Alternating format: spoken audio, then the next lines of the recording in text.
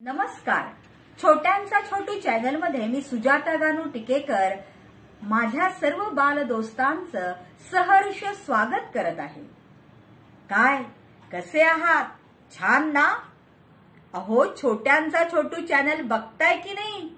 बघायलाच हवं, कारण मी रोज नवीन नवीन माहिती घेऊन येत असते. आज की नाही मी तुम्हाला अफगाणिस्तान, खैबर खिंडीचा, अफगाणिस्तान माहिती आहे ना तुम्हाला, याची थोडी माहिती सांगणार आहे.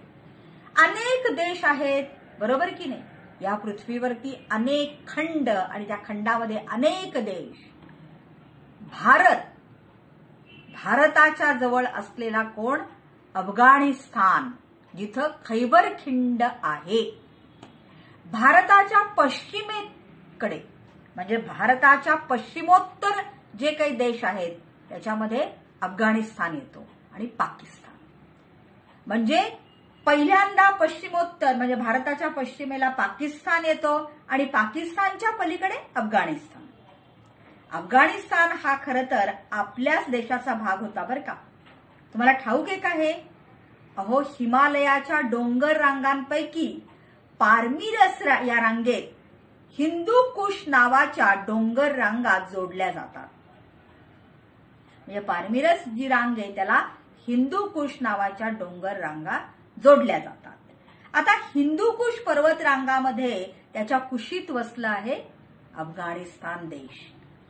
मग सुमारे 600 वर्षापूर्वी म्हणजे 1526 साली बाबराने काय केलं?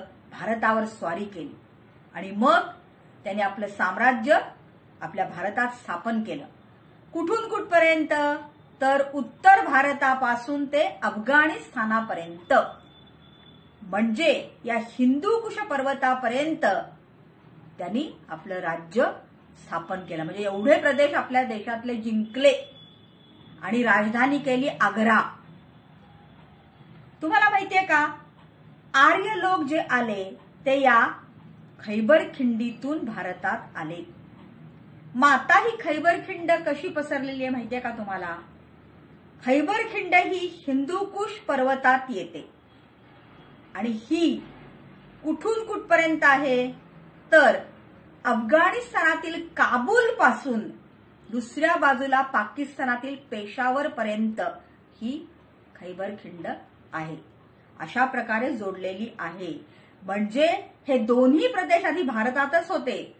पेशावर सुद्धा भारतातच होता आणि अफगाणिस्तान पण भारतातच होता. पण या खैबर खिंडी मार्गे सर्व व्यापार चालत असे. पाकिस्तान आणि अफगाणिस्तान असे सगळं मिळून आपला भारत हा सलग देश होता. तुम्हाला माहिती का, महाभारतामध्ये गांधार देश, कंदहार असे काही रेफरन्सेस येतात महाभारतात. हा शकुनी मामा गंधार देशाचा, म्हणजे तो कुठला? हा असा अखाती म्हणजे अफगाणिस्तानातूनच आलेला. मग शकुनी मामाचं राज्य तिकडं होतं. मग इतक्या लांबून तो इकडे भारतात आला आणि भारतातच ठिय्या देऊन राहिला हस्तिनापुरामध्ये, बरोबर की नाही? काय करत राहिला? द्यूत खेळत आणि कुटील कारस्थानं करत कपटी डाव टाकत राहिला की नाही दुर्योधनाबरोबर. मग हा अफगाणिस्तान, जिथं पूर्वी हिंदू राजे राज्य करीत होते, असा संदर्भ ऋग्वेदामध्ये पण आहे. अफगाणिस्तानाचा विशेष उल्लेख आपल्या ऋग्वेदामध्ये आढळतो. पूर्वी इथं अनेक हिंदू राज्य होती, म्हणजे हिंदू राजेच राज्य करीत होते. म्हणजे आजही अफगाणिस्तानात पूर्वीपासून म्हणजे असं म्हटलं जातं की काही हिंदू आणि काही बौद्ध लोक आहेत. म्हणजे फार पूर्वीच्या काळी तिथं हिंदू राजे होते म्हणून हिंदू धर्म आहे. नंतर बौद्ध धर्म पसरला तेव्हा बौद्ध लोकही तिथं काही स्थलांतरित झाले. म्हणजे बौद्ध धर्मही तिथं आहे आणि हिंदू धर्मही तिथं आहे. पण नंतर ऐतिहासिक घडामोडी अशा होत गेल्या की आता मात्र अफगाणिस्तानामध्ये मुघल राजवट म्हणजेच मुस्लिम राजवट आहे.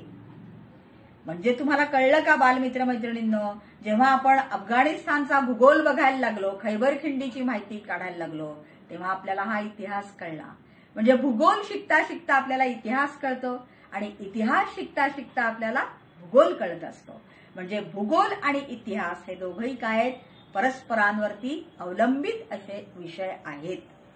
मग अफगाणिस्तान मधली खैबर खिंड, या खैबर खिंडीतून आर्य लोक इथं आले आणि मग आर्य लोकांनी इथं आपल्या इथं वस्ती केली.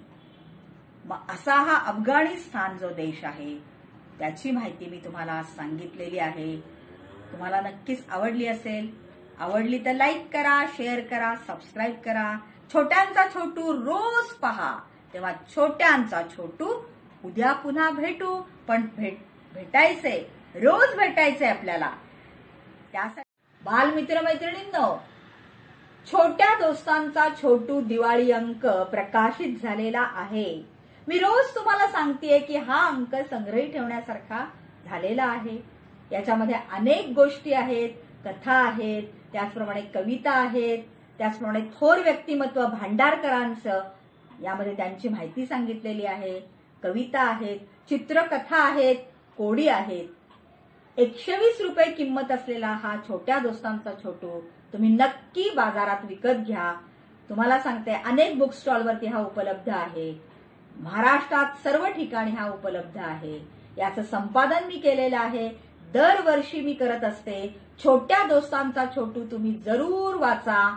दिवाळीचा साहित्य फराळ करायला चुकू नका आणि तुमच्या मित्रमैत्रिणींना सुद्धा हा भेट देण्यासारखा अंक आहे. तेव्हा छोट्या दोस्तांचा छोटू वाचा. वाचाल तर वाचाल. तेव्हा वाचलं हे पाहिजेच. माझ इथंच थांबते. नमस्कार.